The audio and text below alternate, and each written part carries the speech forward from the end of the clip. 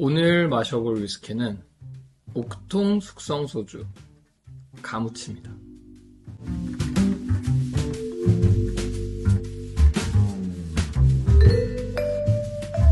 최근에 한국 위스키 씬, 전통주 씬에서도 가장 활발한 움직임 중에 하나가 오크통에 숙성을 하는 증류주들이 많이 생기고 있다는 거예요. 최근 한 2, 3년 동안 위스키 씬이 굉장히 하이비 세게 붙으면서 새로운 위스키 증류소들도 쓰리소사이어티를 비롯해서 김창수 위스키, 최근에 크래프트 브로스도 위스키를 시작을 하셨고, 그 시장의 가능성을 본 소주를 하던 전통주 업체들도 옥통 숙성 소주들을 속속 내놓기 시작했어요. 그 와중에 근래 여러 커뮤니티에도 다농바이오 증류소를 갔다 오신 분들의 사진과 후기들이 굉장히 많이 올라와서 관심이 갔던 제품이 요 가무치라고 하는 옥통 숙성 소주였어요. 이게 가무치에서 나오는 소주거든요. 가무치 소주부터 제가 알고는 있던 제품이었어요. 가무치 소주는 그렇게까지 제가 좋아하는 취향의 소주는 아니었어요. 그런데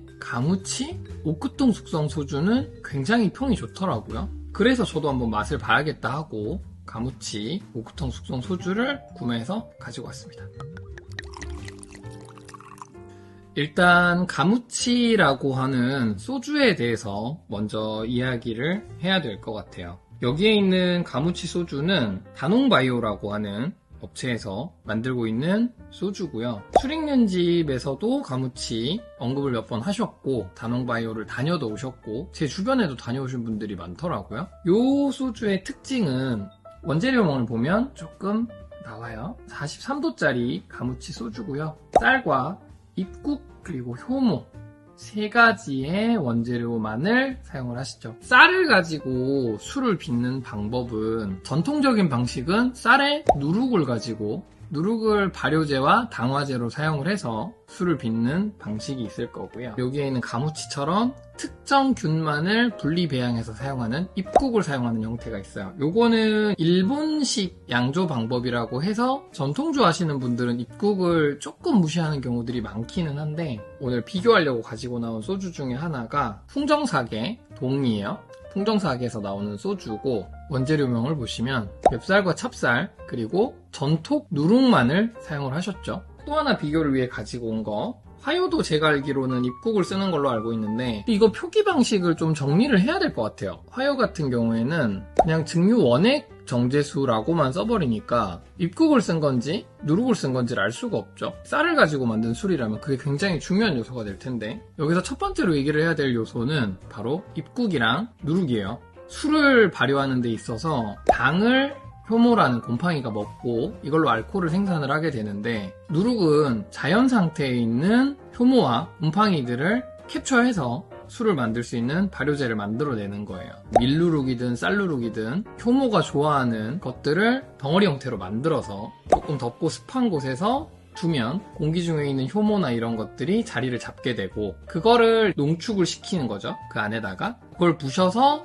효모를 통한 발효와 쌀에 있는 전분의 당화를 동시에 가져가는 건데, 이거는 한 가지만의 균을 사용하는 거가 아니기 때문에 다양한 형태의 균들이 들어올 수밖에 없어요. 단순히 알코올 발효만 일어나는 게 아니라 여러 가지 화학 작용들이 동시에 더 많이 일어나게 돼요. 그러다 보니까 더 많고 다양한 물질들이 만들어지는 것이 굉장한 장점. 술 맛의 다양성이 높아진다는 게 굉장히 장점이지만, 단점으로는 일단 첫째, QC가 굉장히 어려워요. 한 가지 균을 넣어서 키우는 게 아니라 공기 중에 있는 균들을 받아들이는 거다 보니까 어디서 누룩을 띄우느냐에 따라서도 누룩이 달라지는 거고, 누룩을 띄우는 시기에 따라서도 누룩은 달라져요. 그래서 우리술을 하시는 분들은 그 누룩의 다양성을 맛보는 게 우리술의 진정한 매력이다 라고 말씀을 하시죠. 그 부분에 대해서는 저도 너무 동의. 제가 좋아하는 한영석 누룩연구소의 청명주 같은 경우가 그 매력을 굉장히 잘 보여주는 술이에요. 보시면 배치 12번은 쌀을 이용한 쌀누룩, 배치 11번은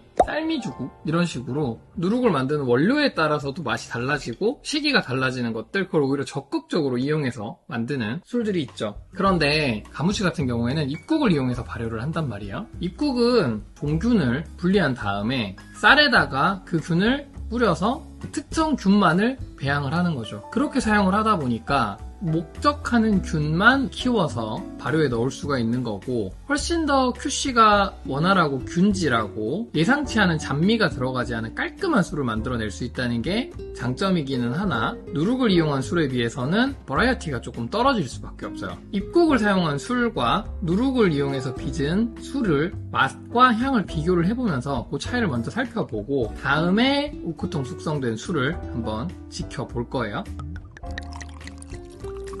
밑술을 만드는 과정도 그렇지만 증류를 하는 증류 방식이 있어서도 조금 차이가 있기는 해요. 대표적으로 화요 같은 경우에는 감압식 증류 방식을 이용하거든요. 증류를 할 때 압을 낮춰버리면 끓는 점이 낮아져요. 높은 산에서 밥을 익으면 설 익는 거랑 같은 원리죠. 증류기 내부에 감압을 걸어서 끓는 점을 낮추고 낮은 온도에서도 술이 증류될 수 있게 만들어서 보통 이렇게 하면 탄맛이 좀 덜 나고 조금 더 깔끔한 스피릿이 나오죠. 가무치 같은 경우에는 영상에서도 보면 하이브리드식 증류기예요. 연속식 증류기와 그리고 파스틸 두 가지의 형태가 같이 들어가 있어요. 위스키로 치면 워시스틸이죠. 1차 증류에 해당하는 거는 단식 증류기의 형태로 하고 2차 증류로 넘어가서는 연속식 증류로 하시는 것 같아요. 여기도 마찬가지예요. 단식 증류기의 특징은 다양하고 풍부한 맛을 끌어낼 수 있다는 게 장점이지만 더 순수한 스피릿을 뽑아내는 데 있어서는 조금 떨어지는 거죠. 그건 장단인 거예요. 특히 싱글몰트 위스키는 다 파스틸을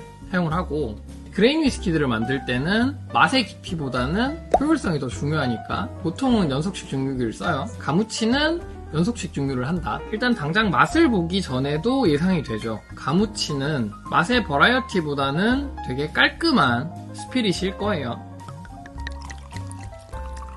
향과 맛을 한번 볼게요. 지금 이렇게 세 가지의 향만 맡아도 여기 두 개하고 풍정사계는 완전히 다른 세상에 있어요. 풍정사계는 누룩을 이용한 술인 만큼 누룩취도 좀 있어요. 누룩을 썼을 때 나오는 이 누룩취, 군내 이런 것들이 호불호 포인트기는 한데, 누룩향이 과하게 약간 장향에 가깝게 가버리면 뭐 안동소주 같은 경우들이 좀 그런 케이스죠. 그게 오히려 증류식 소주로 들어오는 진입장벽 같은 역할을 할 수도 있는데, 풍정사계 정도면 딱 좋은 정도로만 맛을 제어를 해놨다고 생각을 하거든요. 맛을 한번 보죠. 일단 요거를 레퍼런스 먼저 잡고 화요. 화요도 굉장히 깔끔하죠. 입국을 이용해서 발효를 하고 감압 증류를 해서 굉장히 깔끔한 맛이 특징이고 화사해요. 은은한 단맛이 살짝 남아있고, 화요 같은 경우에는 확실히 41도까지 떨어지면 조금 아쉬워요. 53도짜리를 먹으면 얘가 가지고 있는 약간 파인애플 같은 맛이라거나 꽃향 같은 게 더 팡팡 터지는데 11도에서는 그걸 느끼기가 조금 아쉽단 말이에요. 입국을 사용한 술들의 특징인 것 같아요. 맛이 비어있어서 알코올 도수가 낮을 때는 그 매력을 충분히 보기가 어렵다는 거. 가무치도 비슷한 느낌이었거든요. 향은 오히려 화요에 비해서 더 적어요. 뭔가 찌르는 듯한 느낌은 전혀 없기는 하지만 화사함이나 이런 게 오히려 화요보다 조금 더 낮은 느낌이고, 뒤에 남는 은은한 단맛 같은 건 화요보다 조금 더 있는데 어쨌든 향이 굉장히 비어있어요, 술이. 그래서 가무치도 제가 이 술이 정말 맛있다 맛없다를 하려면 50도가 넘는 스피릿을 마셔봐야 될 것 같긴 한데 1도에서는 아주 제 매력을 보여주기에는 제 입맛에는 싱거운 술이라는 생각이 들어요. 그래서 제가 가무치 소주를 사놓고도 거의 안 마셨죠. 손이 별로 안 갔던 거였고, 그래서 가무치 오크통 숙성 소주가 나온다고 했을 때도 제가 조금 기대감이 적었던 거기는 해요. 마지막으로 풍정사계. 향부터 그냥 깊이가 달라요. 무조건 풍정사계가 좋다 나쁘다가 아니라 호불호의 영역이에요. 구수함부터 시작해서 감칠맛, 누룩발효 술만이 가질 수 있는 매력들이 여기에는 훨씬 더 많이 담겨 있어서 술의 컴플렉시티나 버라이어티는 입국을 이용한 술들이 따라올 수 없는 깊이를 가지고 있다. 일단 여기까지 스피릿에 대한 평가 먼저 해보고, 이런 특징을 가지고 있는 가무치의 스피릿을 가지고 이제 오크통 숙성 단계로 넘어갈 텐데, 디자인이나 브랜딩을 참 잘하시는 것 같아요. 여기에 있는 병도 이 병 색깔하며 가무치라는 네이밍, 그에 걸맞은 레이블의 디자인도 가무치 같은 이런 유선형의 몸체, 그리고 이 색상 선택하신 거 되게 좋아요. 일단 디자인에서 너무 마음에 들긴 했는데, 오크통 숙성 소주를 샀더니 패키징에서 또 와우, 패키징에 굉장히 신경을 쓰신 게 보이죠. 나포세일이라고 하는 네이밍으로 그대로 제품을 발매한 것도 너무 센스 있어요. 패키징도 신경 쓰신 거 보이죠. 보통은 이런 거 쓸 때 까만색 스티로폼을 레이저 커팅해서 주로 많이 쓰시는데, 깔끔하고 예쁘게 만들려고 하얀색 폼을 쓰셨더라고요. 이게 오히려 잘하니까 더 아쉬운 거예요. 이 폼이 좀 냄새가 나요. 케이스를 오픈하자마자 플라스틱 냄새 같은 게 확 끼쳐와서 약간 아쉬웠거든요. 그래서 여기에 향수를 한 2뿜 정도만 해서 제품을 주셨으면 어떨까 하는 느낌도 조금 들고, 저는 위스키파크에서 제품을 구매해왔고요. 위스키파크 버전이랑 데일리샷 버전이 있는 것 같더라고요. 소주잔도 예쁘게 잘 만들었죠? 약간 비커같이. 이제 오크통을 숙성한 가무치 소주를 보면 일단 색상부터 엄청 진하게 나왔죠? 듣기로는 3년 정도 숙성을 하셨다는 것 같고요. 포트캐스크에서 숙성한 가무치 오크통 숙성소주, 알코올 도수는 59.4도. 일단 여기부터 좀 기대감이 올라간 거예요. 제가 아까 말씀드린 가무치 같은 입국을 이용한 스피릿이 도수가 낮을 때는 그 매력을 좀 충분히 보여주기가 어려운데, 도수가 59.4도까지 올라가 있다는 거. 요거는 59.3도짜리 캐스크 65번 포트캐스크 제품 두 가지를 한번 시음을 해볼 거고요. 여기서 또 비교를 해보려면 대표적인 오크통 숙성 소주를 비교해봐야죠. 화요 XP는 알코올 도수가 좀 아쉽죠. 얘는 41%짜리. 알코올 도수에 좀 차이가 있기는 하지만 바로 한번 비교를 해볼게요. 화요 XP 같은 경우에 쌀벤이라고 이름을 붙여서 언급이 되는 바람에 한동안 막 품절되고 난리였었죠. 이게 쌀벤이라고 불릴 만큼 그렇게 대단한 술인가? 라는 마음은 항상 있었거든요. 항상 화요 53도짜리를 가지고 조금 더 도수 높은 화요 XP를 만들어 주기를 바라고 있었는데, 그래서 가무치에서 이번에 캐스크 스트렝스로 나온 이 제품이 너무 반가운 거예요. 이렇게 따라놓고 보면 이미 색상에서부터 게임이 안 되죠. 알코올 도수도 차이가 있어서 적당한 비교는 아니지만 우리가 기존에 알고 있던 오크통 숙성 쌀소주와 경험적으로 비교를 하기 위해서 화요 XP 향을 먼저 볼게요. 그러니까 화요 XP는 딱 그 느낌이에요. 바닐라만 담뿍 입은 느낌? 되게 크리미하고 바닐라 같은 뉘앙스에다가 약간의 버터스카치 같은 오크통이 줄 수 있는 딱 나무 맛만 가볍게 입은 느낌? 맛을 바로 보면 맛있어요. 맛있는데 아쉬워요. 뭔가 맛이 비어있어요.